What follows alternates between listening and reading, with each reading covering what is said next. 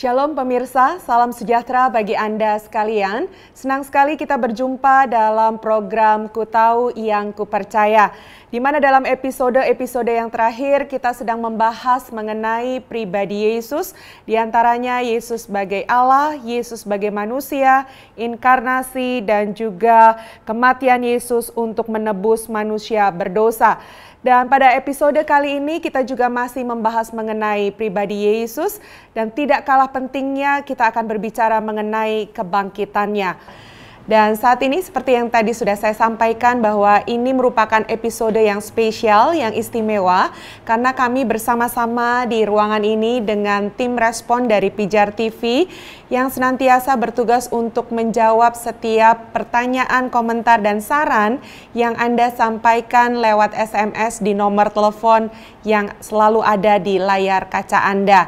Dan pada segmen kali ini, kami akan menjawab pertanyaan yang Anda sampaikan. Dan tentunya ini akan menjadi berkat bagi kita semua, dan siapa tahu pertanyaan yang akan dibahas pada segmen ini adalah pertanyaan Anda. Untuk itu tetaplah setia bersama-sama dengan kami pada program ini, yaitu program acara Ku Tahu Yang Ku Percaya.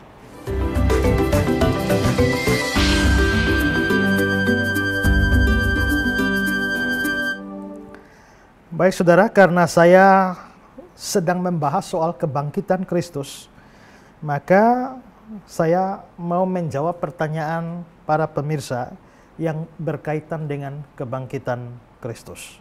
Pertanyaan yang lain akan dijawab lain kali, tapi khusus dalam episode ini membahas khusus kebangkitan Kristus. Mungkin ada pertanyaan-pertanyaan yang pernah masuk dari pemirsa berkaitan dengan kebangkitan, saya persilakan. Pak Ezra, ada pertanyaan dari pemirsa Pijar TV yang menanyakan, bagaimana pendapat Pak Ezra terkait adanya anggapan bahwa Yesus bukan mati pada hari Jumat, melainkan hari Rabu? Ya, memang ada yang beranggapan begitu. Jadi kalau kita menyebutnya sebagai Jumat Agung, mereka bukan Jumat Agung, tapi Rabu Agung. Kenapa sampai berpikir bahwa Yesus itu mati pada hari Rabu? Ini gara-gara persoalan yang saya jelaskan tadi. Karena dikatakan Yesus itu 3 hari 3 malam dalam kuburan. Mereka memahami secara literal bahwa itu haruslah full menjadi 72 jam. Karena itu kalau Yesus matinya hari Jumat, bangkitnya Minggu pagi-pagi, nggak cocok 3 hari 3 malam ini. Maka mereka mulai berpikir, mungkin ada yang salah yang kita terima sekian lama bahwa Yesus mati hari Jumat. Maka akhirnya mereka menolak Yesus mati hari Jumat. Mereka mengatakan Yesus matinya hari Rabu. Kalau Yesus mati hari Rabu, lalu hari Minggu bangkit, maka Rabu full, Kamis full, Jumat full. Ya, ini maka Rabu kan sore ya. Sampai Kamis full, Jumat full, Sabtu full, Minggu pagi bangun. Bangkit. Maka Yesus matinya hari Rabu. Kenapa muncul teori Yesus mati hari Rabu? Untuk menyelesaikan persoalan 3 hari 3 malam. Orang-orang ini tidak memahami cara orang Yahudi menghitung hari seperti yang sudah saya jelaskan. Karena ketidakmengertian itu, lalu mereka membuat teori baru bahwa Yesus mati hari Rabu. Tapi itu tidak benar. Yesus matinya hari Jumat. Mengapa kita percaya Yesus mati hari Jumat? Apa buktinya? Coba baca Markus 15 ayat 42-43. Sementara itu hari mulai malam, dan hari itu adalah hari persiapan, yaitu hari menjelang Sabat. Karena itu Yusuf orang Arimatea, seorang anggota majelis besar yang terkemuka, yang juga menanti-nantikan kerajaan Allah, memberanikan diri menghadap Pilatus dan meminta mayat Yesus. Perhatikan ya, ini mayat Yesus mau diturunkan. Kenapa? Hari itu adalah hari persiapan, yaitu hari menjelang Sabat. Sabat Yahudi itu hari apa? Hari Sabat itu hari apa? Hari Sabat itu hari Sabtu. Tapi mayat Yesus diminta untuk diturunkan pada hari menjelang Sabat. Kalau Sabatnya Sabtu, Yesus itu mayatnya diturunkan hari menjelang Sabat, yaitu berarti hari Jumat lah. Jumat sore. Kalau Yesus memang mati jam 3, sisa 3 jam. Mungkin lewat dikit jam setengah 4 atau jam 4. Ini sudah hampir Sabat ini. Menjelang Sabat. Makanya menurut aturan, sepanjang hari Sabat tidak boleh ada orang mati tergantung. Maka harus diturunkan. Tadi sudah saya jelaskan soal penyaliban. Orang kalau disalib itu tidak biasa langsung mati. Yesus itu mati terlalu cepat.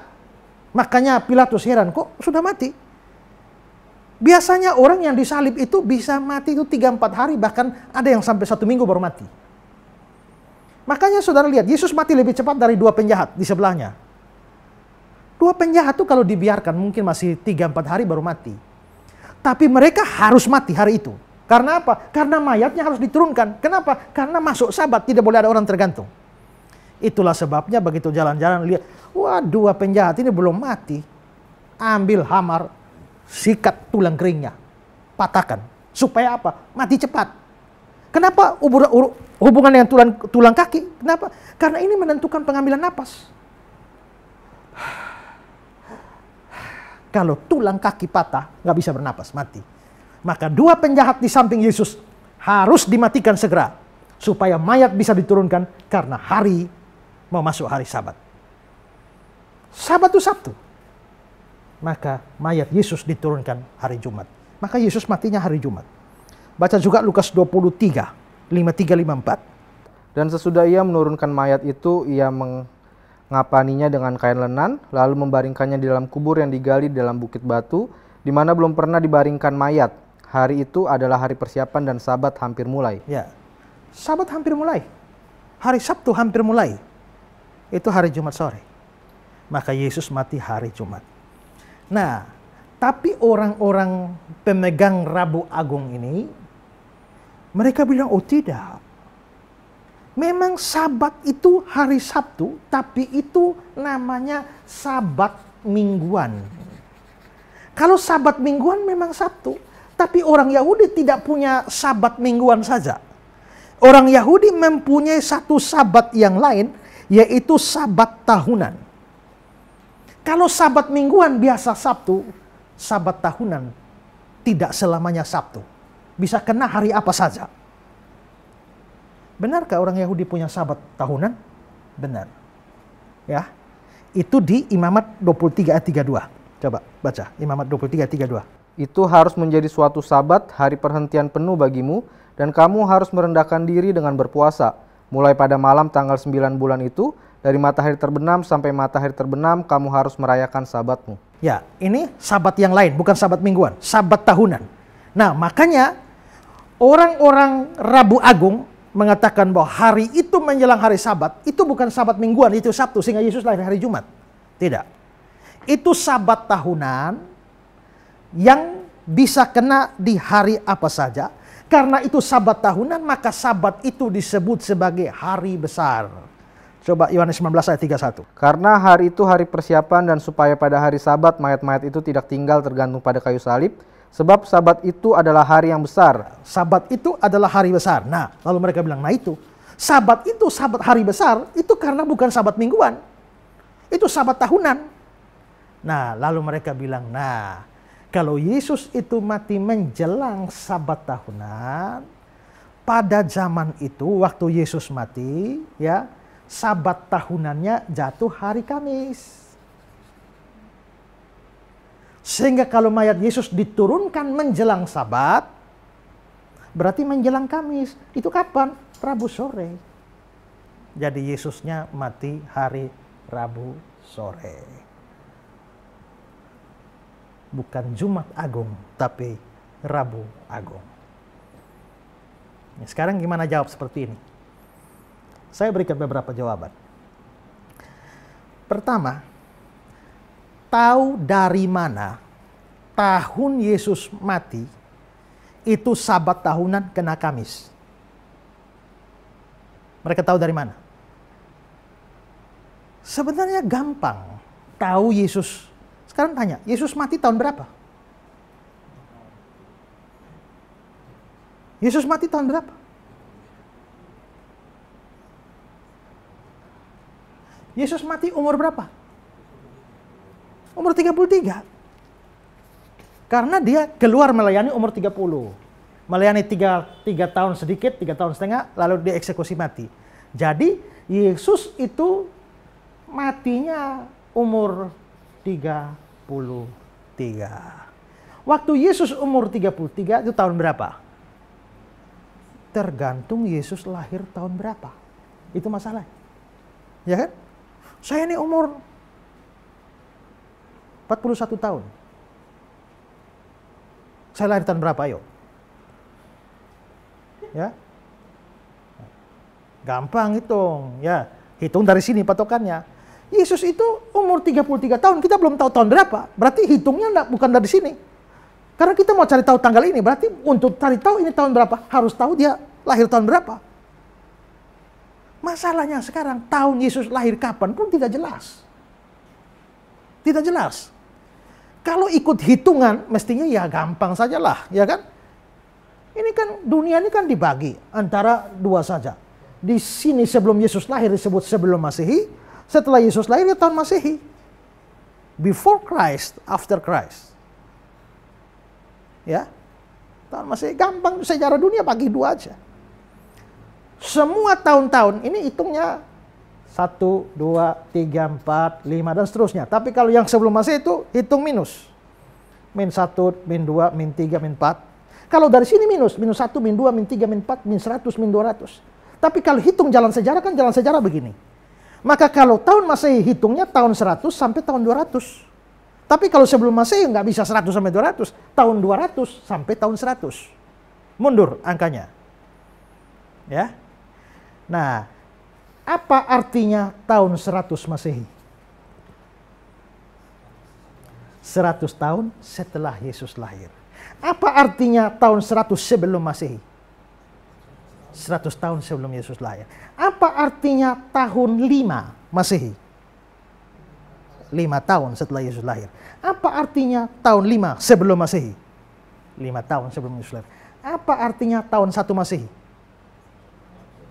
1 tahun setelah Yesus lahir. Apa artinya 1 sebelum Masehi? 1 tahun sebelum Yesus lahir. Kalau begitu Yesus lahir tahun berapa? Tahun 0. Kan gitu. Kalau tahu Yesus lahir tahun 0 persis, berarti Yesus melayani umur 30 tahun, berarti tahun berapa dia keluar melayani? Tahun 30. Setelah melayani 3 tahun mati. Berarti Yesus mati tahun berapa?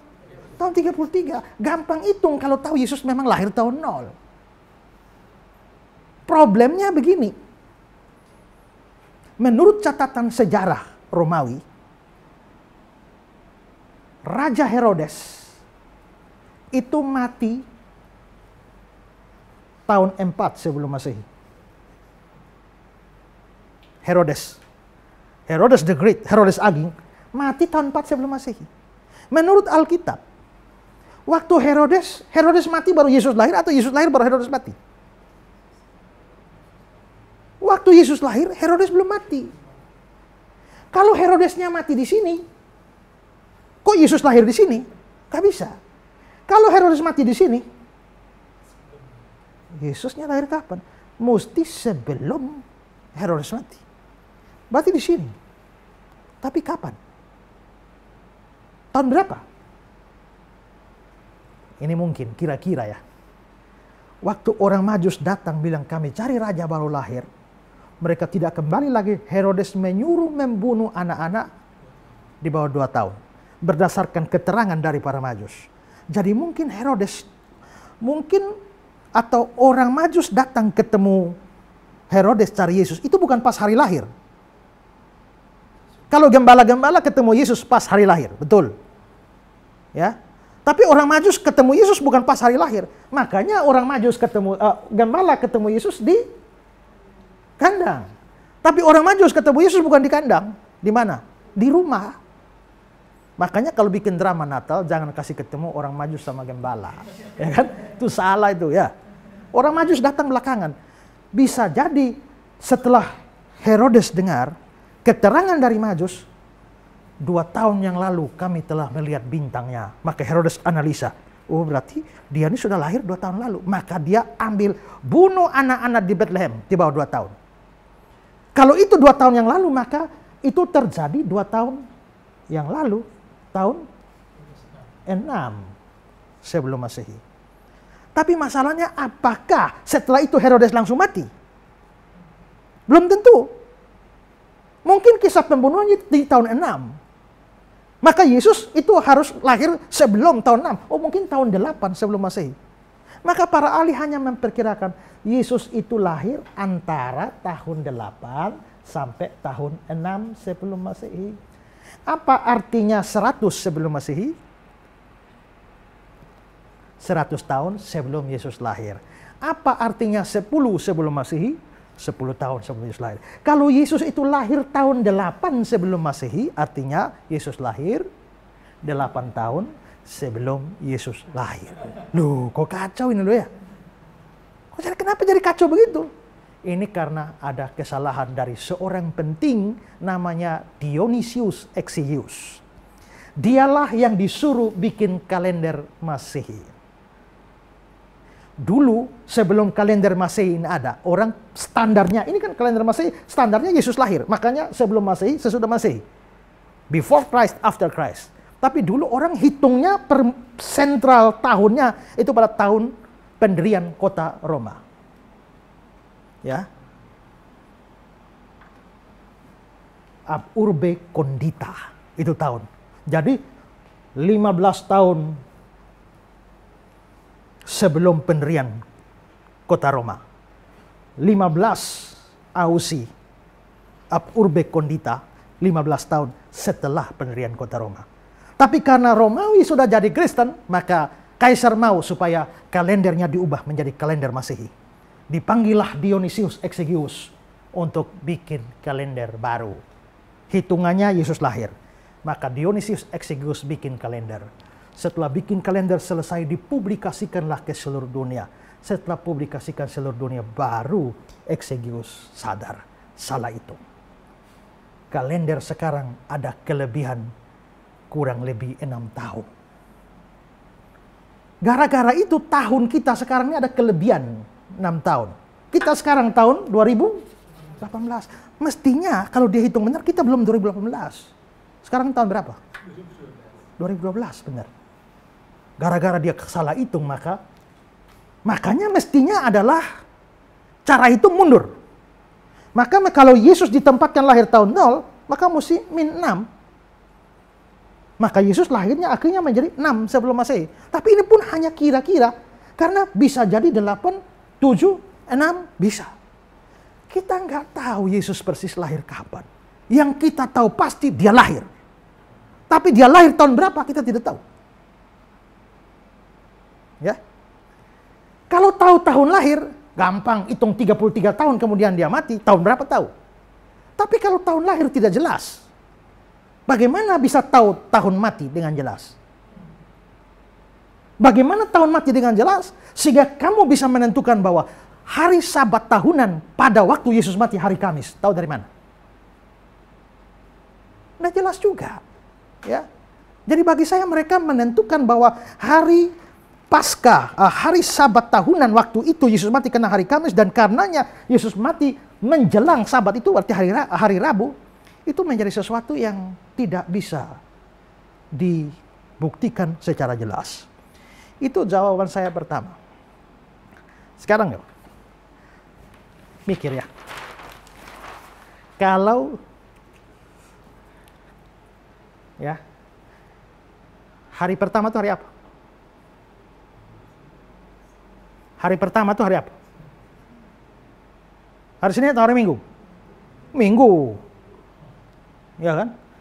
Hari pertama Minggu.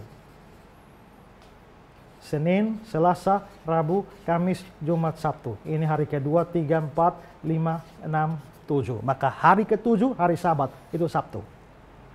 Ini hari pertama, hari Minggu. Jadi ingat baik-baik ya. Hari pertama itu Minggu. Kalau Yesus mati hari Rabu, sesuai orang-orang Rabu Agung ini, karena menurut mereka Sabatnya itu, Sabat tahunan itu kena Kamis.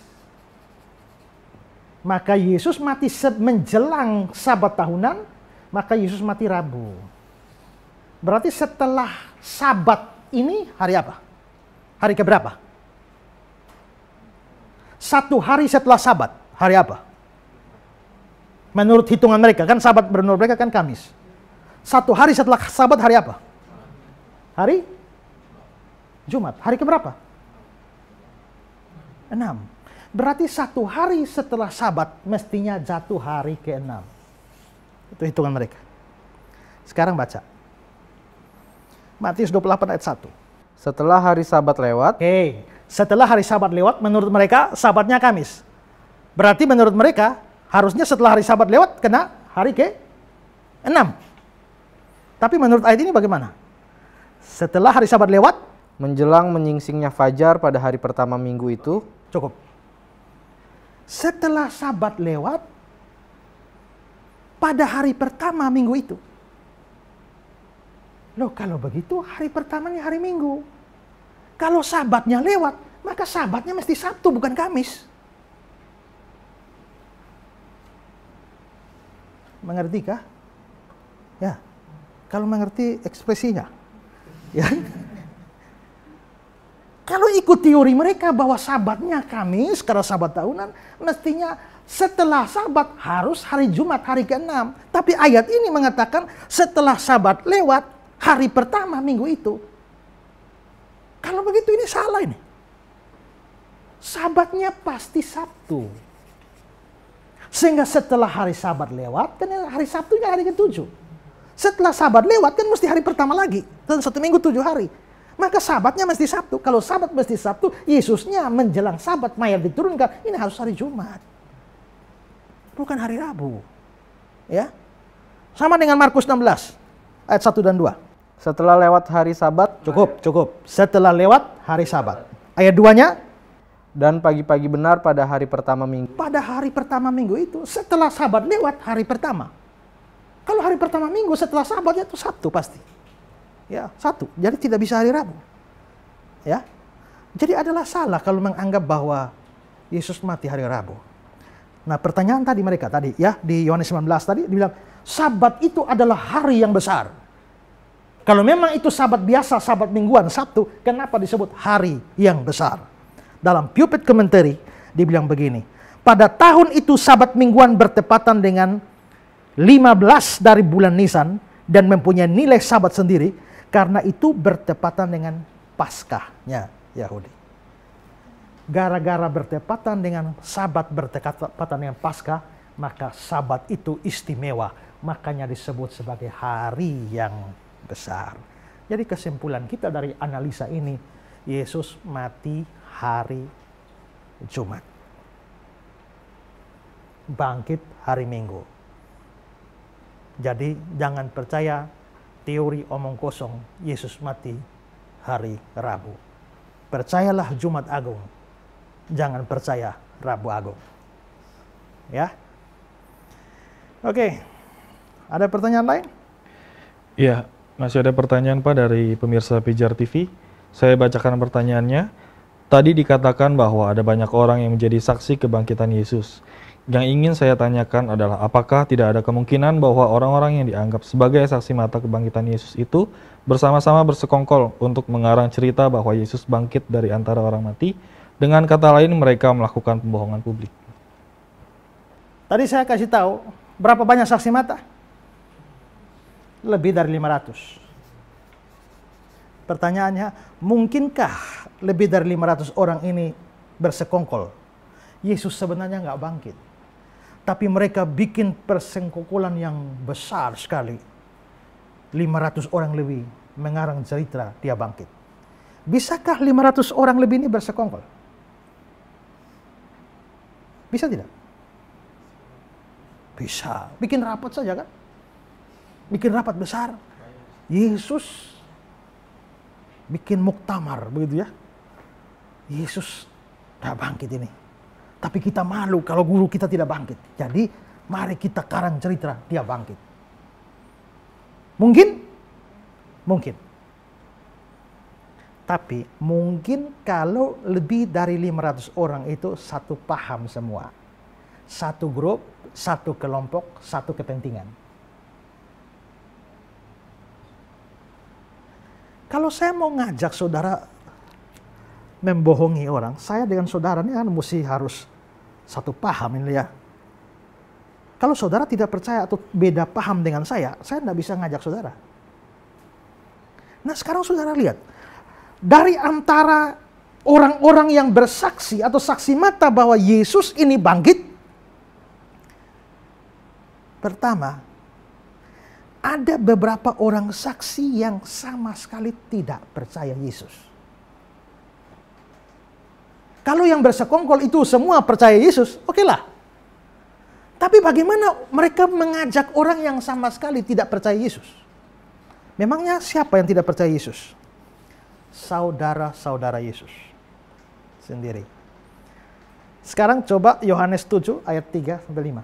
Maka kata saudara-saudara Yesus kepadanya, "Berangkatlah dari sini dan pergi ke Yudea, sampai murid-muridmu juga melihat perbuatan-perbuatan yang engkau lakukan. Sebab tidak seorang pun berbuat sesuatu di tempat tersembunyi, jika ia mau diakui di muka umum. Jikalau engkau berbuat hal-hal yang demikian, tampaklah dirimu kepada dunia. Sebab saudara-saudaranya sendiri pun tidak percaya kepadanya." Saudara-saudara Yesus tidak percaya Yesus. Ya, bukan cuma tidak percaya. Kalau tidak percaya masih lumayan. Sekarang coba baca Markus 3:21. Waktu kaum keluarganya mendengar hal itu, mereka datang hendak mengambil dia, sebab kata mereka, ia tidak waras lagi. Nah, berarti saudara-saudara Yesus tidak percaya Yesus. Lebih daripada itu, anggap Yesus ini gila. Ya. Tahu-tahu di Kisah 1 ayat 14 ada yang aneh. Coba, Kisah 1 ayat 14. Mereka semua bertekun dengan sehati dalam doa bersama-sama dengan beberapa perempuan serta Maria, ibu Yesus, dan dengan saudara-saudara Yesus. Kok saudara-saudara Yesus kok bisa ikut? Tadi tidak percaya Yesus, anggap Yesus gila. Sekarang kok bisa ikut persekutuan doa itu? Kesimpulan kita apa? Mereka sudah percaya Yesus. Kira-kira mereka tidak percaya Yesus, anggap Yesus gila, tahu-tahu bisa percaya Yesus karena apa? Karena kebangkitan. Sekarang, kalau orang tidak percaya Yesus dan anggap Yesus gila, dan Yesus mati, bisakah ngajak orang-orang model begini bersekongkol? Yuk, bikin cerita yuk bahwa Yesus bangkit. Itu namanya bunuh diri. Karena kalau kamu ngajak bersekongkol begitu, mereka menjadi tambah tidak percaya. Itu kan kita bilang kan. Dari dulu memang gak percaya, kita anggap dia gila. Sekarang murid-murid bikin aneh-aneh lagi. Dia lagi tidur di sana, dibilang dia bangkit. Mengajak orang-orang tidak percaya bersekongkol itu mustahil. Tapi kalau begitu, kenapa murid-murid bisa percaya? Saudara-saudara bisa percaya? Gak ada lain. Mereka betul-betul menyaksikan Yesus hidup. Ini Kisah 1 ayat 14 setelah Yesus naik ke surga. Berarti mereka turut menyaksikan. Dan nanti, siapa saudara-saudara Yesus di sini? Maria mengandung dari Roh Kudus tanpa hubungan dengan Yusuf. Tapi demi legalnya, maka Yusuf nikah dengan Maria, tapi tidak bersetubuh sampai Yesus lahir. Setelah Yesus lahir, Yusuf dan Maria ini suami istri biasa. Kawin, lalu akhirnya melahirkan adik-adik. Maka Yesus lalu punya adik. Anak Yusuf dan Maria setelah Yesus lahir. Adik-adiknya itu siapa? Itu yang dicatat dalam Matius pasal 13. Bukankah ia ini anak tukang kayu? Bukankah bapaknya dia anak tukang kayu? Bukankah ibunya yang bernama Maria dan saudara-saudaranya ada bersama-sama dengan kita? Yaitu Yakobus, Yoses, Yudas. Ya, itu ada di Matius pasal 13. Nah saudara, saudara-saudara ini tidak percaya. Tapi setelah Yesus naik ke surga, saudara-saudaranya percaya. Yakobus menjadi percaya, lalu menjadi penulis surat Yakobus di Alkitab. Jangan berpikir bahwa surat Yakobus di Alkitab ditulis oleh Yakobus sang rasul. No. Karena Yakobus, saudara Yohanes sang rasul, sudah mati di Kisah 12. Yudas, penulis surat Yudas di Alkitab kita, jangan pikir itu Yudas Iskariot. Yudas Iskariot sudah bunuh diri. Terus Yudas yang mana? Yudas saudara Yesus. Berarti Yesus punya dua adik yang menjadi penulis kitab suci. Yakobus dan Yudas. Mereka bukan cuma percaya Yesus, tapi bahkan menjadi saksi tentang dia. Awalnya tidak percaya. Orang tidak percaya anggap Yesus gila, tahu-tahu jadi percaya, itu pasti sesuatu yang luar biasa dulu. Dan sesuatu yang luar biasa tidak bisa tidak. Kebangkitan fakta. Nggak mungkin ngajak orang kayak begini untuk bersekongkol. Kedua, dari yang bersaksi Yesus bangkit ini ada satu yang sangat skeptik. Siapa? Thomas. Ya, coba lihat kata-kata Thomas. Yohanes 20 ayat 25. Maka kata murid-murid yang lain itu kepadanya, kami telah melihat Tuhan. Tetapi Thomas berkata kepada mereka, sebelum aku melihat bekas paku pada tangannya, dan sebelum aku mencucukkan jariku ke dalam bekas paku itu, dan mencucukkan tanganku ke dalam lambungnya, sekali-kali aku tidak akan percaya. Yesus pada hari Minggu ketemu murid-murid, Thomas tidak ada. Ya, murid-murid yang lain sudah lihat Yesus bangkit. Mereka cerita sama Thomas. Thomas tidak mau percaya. Sebelum aku melihat bekas paku pada tangannya, sebelum aku mencucukkan jariku ke dalam bekas paku itu, mencucukkan tanganku ke dalam lambungnya, sekali-kali aku tidak percaya. Ini orang keras kepala nih ya. Dan ternyata Yesus memang tidak bangkit. Murid-murid yang lain ajak Thomas, yuk Thomas kita bikin cerita yuk. Bilang saja dia bangkit. Bisa ngajak orang kayak Thomas begini? Ngajak orang seperti Thomas untuk bersekongkol, itu bukan bikin Thomas percaya, bikin Thomas tambah tidak percaya. Tapi anehnya, Thomas yang tidak percaya ini, 1 minggu kemudian Yesus muncul, lalu dia bikin pengakuan yang luar biasa di Yohanes 20 ayat 28. Ya Tuhanku dan Allahku, my Lord and my God. Orang yang keras hati seperti Thomas, 8 hari kemudian berubah. Ada apa? Bersekongkol? Enggak. Pasti dia betul-betul melihat mujizat kebangkitan. Makanya dari orang paling ragu menjadi orang paling bersemangat untuk beritakan Yesus. Menurut catatan Eusebius, Bapak Gereja, setelah Yesus naik ke surga hari Pentakosta, semua murid yang lain mulai pergi beritakan Injil di mana-mana. Semua sudah pergi, hanya Thomas yang belum tahu mau pergi kemana.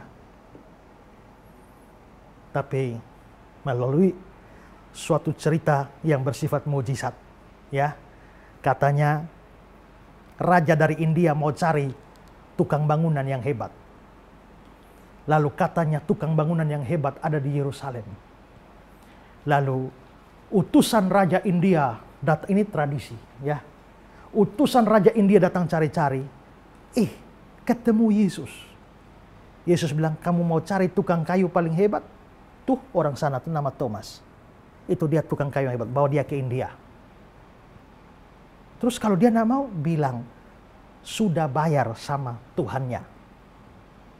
Akhirnya tukang dari India, utusan dari India bilang, kamu harus ke India, kerja di Raja India. Nggak mau, nggak bisa, sudah bayar. Bayar pada siapa? Katanya Tuhanmu. Thomas, kalau begitu saya diutus ke India. Lalu Thomas pergi ke India. Sampai di sana Thomas kerja dengan Raja India. Raja India kasih tugas dia membangun istana. Lalu dia bilang kalau begitu butuh biaya. Biayanya ada, Thomas bagi di orang miskin dan segala macam. Raja main tanya, mana istananya? Thomas bilang sabar, nanti akan lihat. Tapi lama-lama uang keluar banyak. Istana nggak pernah muncul. Thomas diperhadapkan. Mana istana? Thomas bilang, aku sedang membangun istana yang tidak kelihatan. Kurang ngajar kamu, tipu saya nih ya. Bunuh Thomas. Sebelum bunuh Thomas, tahu-tahu adiknya raja mati. Begitu adiknya raja mati, berapa hari kemudian ada mujizat, adiknya raja bangkit. Begitu adiknya raja bangkit, dia menghadap raja. Raja, betul aku lihat ada istana megah yang dibangun Thomas. Raja jadi kaget.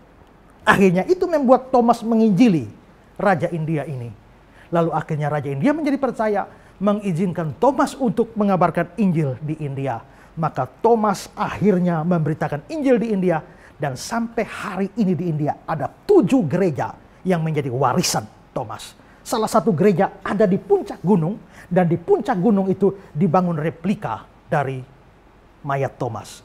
Thomas dalam suatu perseteruan dengan orang-orang kafir pada saat dia sedang berdoa, tiba-tiba tombak menancap di belakangnya dan dia mati sebagai martir.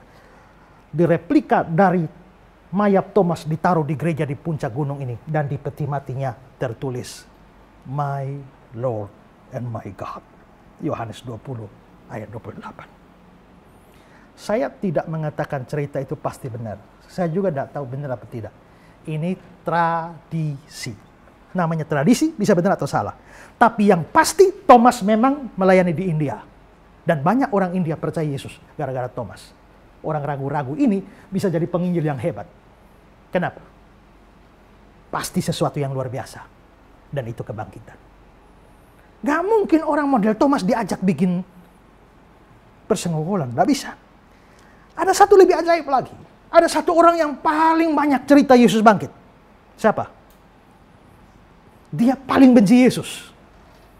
Kisah 9 ayat 1 dan 2. Sementara itu berkobar-kobar hati Saulus untuk mengancam dan membunuh murid-murid Tuhan. Ia menghadap imam besar dan meminta surat kuasa daripadanya untuk dibawa kepada majelis-majelis Yahudi di Damsyik, supaya jika ia menemukan laki-laki atau perempuan yang mengikuti jalan Tuhan, ia menangkap mereka dan membawa mereka ke Yerusalem. Benci sekali ya sama pengikut Tuhan ya. Galatia 1 ayat 13. Aku yang tadinya seorang penghujat dan seorang penganiaya dan seorang ganas. Cukup. Dia penghujat, dia penganiaya, dia ganas. Dia benci Yesus betul. Tapi dia sendirilah yang mengatakan dalam 1 Korintus 15. Sebab yang sangat penting kuberitakan padamu. Yesus telah mati sesuai kitab suci. Bangkit pada hari yang ketiga sesuai kitab suci. Wah. Kalau Paulus sangat benci Yesus, bisakah ngajak orang kayak begini sekongkol? Lu ngajak lu mati, lu nggak ngajak aja dia sudah bunuh mati banyak orang kok. Ya, mustahil ngajak orang begini. Tapi kalau orang yang benci Yesus ini tahu-tahu berubah, lalu beritakan tentang kebangkitan Kristus di mana-mana, dia pasti saksi mata. Ya, maka dari contoh-contoh yang saya berikan ini, identitas saksi mata ini tidak memungkinkan terjadinya teori untuk bersekongkol, menciptakan cerita Yesus bangkit. Sama sekali tidak benar. Karena itu maka boleh dipastikan 500 orang itu tidak pernah bersekongkol. Betul-betul mereka saksi mata dari kebangkitan Kristus. Ya. Karena itu saudara, saya pernah menulis sebuah buku. Dalam buku saya itu saya mau kutip dari buku saya. Saya menulis dalam buku itu, tidak dibutuhkan sebuah kejeniusan untuk percaya Yesus sudah bangkit. Tapi dibutuhkan sebuah kelambanan yang luar biasa untuk tidak percaya pada kebangkitannya. Nggak perlu orang jenius untuk percaya Yesus bangkit. Tapi kalau kamu nggak percaya, kamu betul-betul lamban dengan semua fakta yang ada. Mantan dosen saya yang di Malang pernah ngomong bilang begini, ya, jauh lebih sukar membuktikan Yesus tidak bangkit daripada membuktikan bahwa dia bangkit. Mau kasih bukti Yesus tidak bangkit itu lebih susah. Anda tanya pada saya, apa bukti Yesus bangkit? Saya bisa jawab. Tapi kalau saya tanya balik Anda, apa bukti Yesus tidak bangkit? Anda mungkin tidak bisa jawab. Jauh lebih sukar. Ya. Karena itu Yesus betul-betul bangkit. Jangan pernah ragukan. Sepanjang sejarah hanya ada satu orang seperti ini. Ya. Gak ada yang lain. Yang lain dibangkitkan. Yang ini bangkit sendiri dengan kuasanya, ya. Maka pendeta Stephen Tong mengatakan, pendiri-pendiri agama yang lain kuburannya berisi, maka hati umatnya kosong. Tapi kuburan Yesus Kristus kosong, dan karenanya hati umatnya berisi. Haleluya. Amin. Amin. Ya. Ada pertanyaan lain? Ya, Pak, masih ada pertanyaan dari pemirsa Pijar TV. Saya bacakan pertanyaannya. Yesus mati hari Jumat yang setiap tahunnya kita memperingatinya dalam Jumat Agung. Terkait dengan Jumat Agung ini ada satu hal yang menjadi tanda tanya bagi saya sekian lama, yakni mengapa Jumat Agung setiap tahun berubah-berubah tanggalnya, tidak seperti Natal yang tepat tanggal 25 Desember. Paskah Jumat Agung tiap tahun berubah ya? Berubah ya? Kadang-kadang Maret, kadang-kadang April. Kalau Natal berubah? Enggak. Pas 25 Desember. Berarti Natal nggak berubah, ya, 25 Desember. Paskah, Jumat Agung berubah-ubah. Kenapa kok begitu? Karena Natal itu yang penting tanggal, bukan hari. Ngerti? Mau kena Senin, Selasa, Rabu, Kamis kita nggak pusing. Pokoknya yang penting 25 Desember. Yang penting tanggal, bukan hari. Tapi kalau Yesus mati dan bangkit, nggak penting tanggal. Yang penting hari. Karena matinya Jumat, bangkitnya Minggu. Kamu nggak bisa rubah-rubah harinya.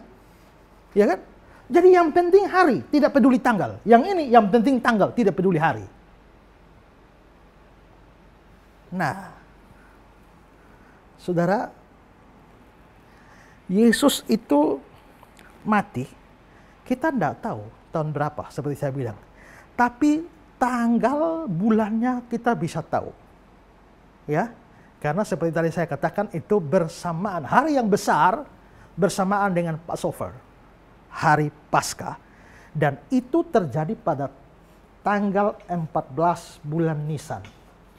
Bulan Nisan ini berdasarkan kalender Babylon. Ya, kalau kalender Ibrani itu namanya bulan Abib, ya. Tapi kalau pakai kalender Babylon, Yesus mati tanggal 14 bulan Nisan. Nggak tahu tahun berapa, tapi kalau Yesus mati hari Jumat, 14 Nisan pada tahun Yesus lahir, Yesus mati, itu hari Jumat. Kalau mau bikin peringatan Yesus mati setiap tahun, ini 14 Nisan sekarang Jumat. 14 Nisan tahun depan Jumat. Enggak. Ulang tahun tanggal berapa? Ya? Ya? Waktu lahir 4 Maret tahun 84. Hari apa? Enggak tahu juga. Tapi ulang tahun tiap tahun tuh harinya sama. Nah, sama. Berarti tahun itu tanggal bisa tetap. Tapi kalau mau dirayakan tiap tahun, itu harinya berubah-ubah. Pas Yesus mati, 14 Nisan, harinya Jumat. Tapi tahun berikut kan nggak Jumat lagi. Gereja saya ulang tahun 3 Agustus 2008. Itu pas hari Minggu. Tapi tahun berikut mau bikin ulang tahun gereja pas 3 Agustus, nggak hari Minggu lagi. Sudah hari lain. Nah, bagaimana cara gereja saya bikin ulang tahun? Kita ada doa khusus pas 3 Agustus. Itu bisa kena Senin, kena Rabu, kena Jumat, kena hari-hari lain. Tapi perayaan ulang tahunnya dicari hari Minggu terdekat dari 3 Agustus. Gitu. Jadi kalau ternyata 3 Agustusnya hari Jumat, maka kita menetapkan hari perayaan ulang tahun gereja pas hari Minggu tanggal 5 Agustus. Kalau ternyata 3 Agustusnya itu hari Senin, maka kita bikin perayaan ulang tahun itu hari Minggu terdekat dari 3 Agustus mundur 1. Oh, berarti 2 Agustus dirayakan. Nah, Yesus itu mati tanggal 14 bulan Nisan. Bulan Nisan ini kalau dihentar ke kalender Masehi kita, itu antara akhir Maret sampai awal April. Maka Yesus kita tinggal lihat kalender ini saja, 14 Nisan. Tiap tahun kena hari apa? Tiap tahun kena hari apa, tinggal cari hari Jumat terdekat dari 14 Nisan. Itu ditentukan sebagai hari Jumat Agung. Plus 3 hari, hari Minggu, hari Paskah. Itulah sebabnya maka tiap tahun, kalau hari Minggu terdekat sebelum 14 Nisan, maka Jumat Agung Paskah kena di akhir Maret. Tapi kalau hari Jumat terdekat dari 14 Nisan itu setelah lewat, maka hari Jumatnya terdekat itu pada bulan April, awal April. Itulah sebabnya Jumat Agung dan Paskah berubah-ubah tiap tahun, tapi Natal tetap. Jawab sederhananya, yang ini tanggal, hari tak masalah. Yang ini hari, tanggal tidak masalah. Oke? Ada lagi? Iya, ada lagi Pak pertanyaan dari pemirsa. Masih mengenai topik kebangkitan Yesus. Ya. Saya bacakan. Saya membaca di sejumlah ayat bahwa Yesus itu adalah yang sulung yang bangkit dari antara orang mati. Yang ingin saya tanyakan, bagaimana Yesus dikatakan yang sulung yang bangkit dari antara orang mati? Padahal sebelum Yesus kan sudah ada juga orang-orang yang bangkit dari antara orang mati. Ya. Ayat-ayat itu misalnya Kisah 26 ayat 23. Coba baca. Yaitu bahwa Mesias harus menderita sengsara dan bahwa ia adalah yang pertama yang akan bangkit dari antara orang mati. Yesus yang pertama bangkit dari antara orang mati. Dia yang pertama. 1 Korintus 15 ayat 20. Tetapi yang benar ialah bahwa Kristus telah dibangkitkan dari antara orang mati sebagai yang sulung dari orang-orang yang telah meninggal. Dia yang sulung, berarti dia yang pertama bangkit. Artinya, dialah yang paling pertama bangkit. Sebelumnya mestinya nggak ada yang pernah bangkit. Ayat 23. Tetapi tiap-tiap orang menurut urutannya, Kristus sebagai buah sulung. Sesudah itu mereka yang menjadi miliknya pada waktu kedatangannya. Ya, sama. Kolose 1 ayat 18. Ialah kepala tubuh, yaitu jemaat. Ialah yang sulung yang pertama bangkit dari antara orang mati, sehingga ia, Cukup, Wahyu 1 ayat 5. dan dari Yesus Kristus, saksi yang setia, yang pertama bangkit dari antara orang mati, dan yang berkuasa atas raja-raja bumi ini. Semua ayat itu mengatakan Yesus yang pertama bangkit, yang sulung. Ini aneh ya. Karena sebenarnya sebelum Yesus juga sudah ada yang bangkit kok. Dalam PL, Elia Elisa bangkitkan orang mati kok. Ya kan? Yesus sendiri sebelum mati, kan dia bangkitkan sejumlah orang. Anak janda di Nain, Lazarus juga. Berarti Yesus bukan pertama bangkit loh. Ada yang sudah bangkit lebih dulu pada dia. Tapi kenapa ayat-ayat kitab suci mengatakan Yesus ini yang pertama kali bangkit? Itu berarti di sini bukan hanya berbicara soal bangkitnya saja, ya. Tapi ada hal yang lain yang membedakan. Pertama, kenapa Yesus disebut sebagai yang pertama bangkit? Lazarus mati, lalu bangkit. Tubuh apa yang Lazarus pakai waktu bangkit? Ya, tubuh sama kayak waktu dia masih hidup kan?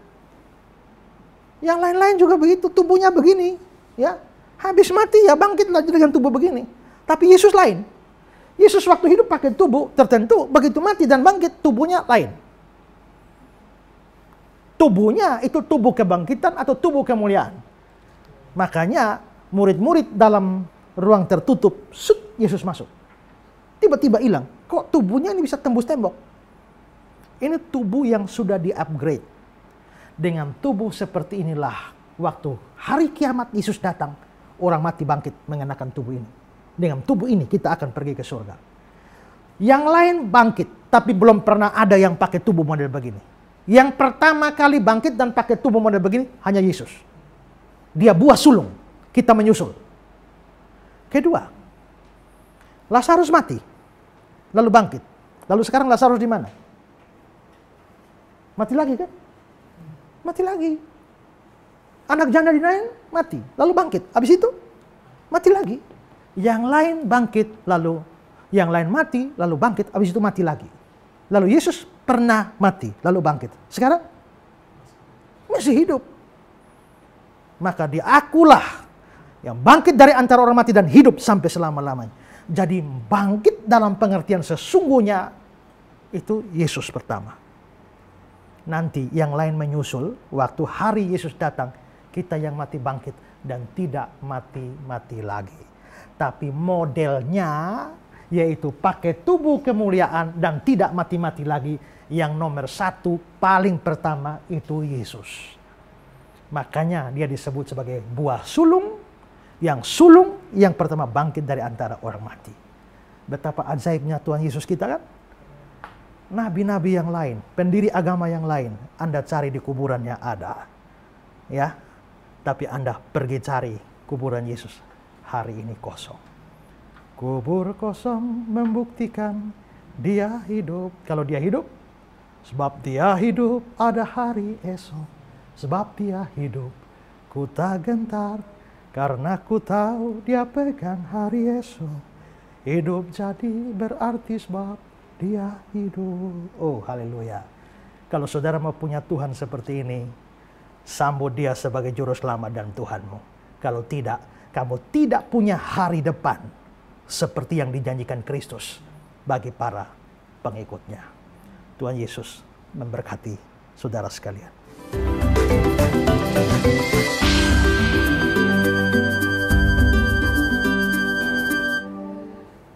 Pemirsa yang diberkati Tuhan, sudah dinyatakan oleh pembelajaran hari ini bahwa kebangkitan Yesus itu adalah sesuatu yang sangat luar biasa. Tadi hambanya sudah menceritakan, ada banyak orang yang mati sebelum Yesus, bahkan bangkit sebelum Yesus. Tetapi kalau kita lihat kebangkitannya tidak sama seperti kebangkitan Yesus. Kebangkitan Yesus membawa kuasa, kebangkitan Yesus memberikan perubahan, kebangkitan Yesus menyatakan pemulihan. Siapa lagi pribadi yang seperti dia? Untuk itu pastikan hari ini, dimanapun Anda berada, Anda menjadi pribadi yang memiliki Yesus di dalam kehidupan Anda. Sampai di sini dulu episode kita. Sampai jumpa lagi pada episode-episode yang akan datang. Tetaplah setia bersama-sama dengan kami dalam program acara Ku Tahu Yang Ku Percaya.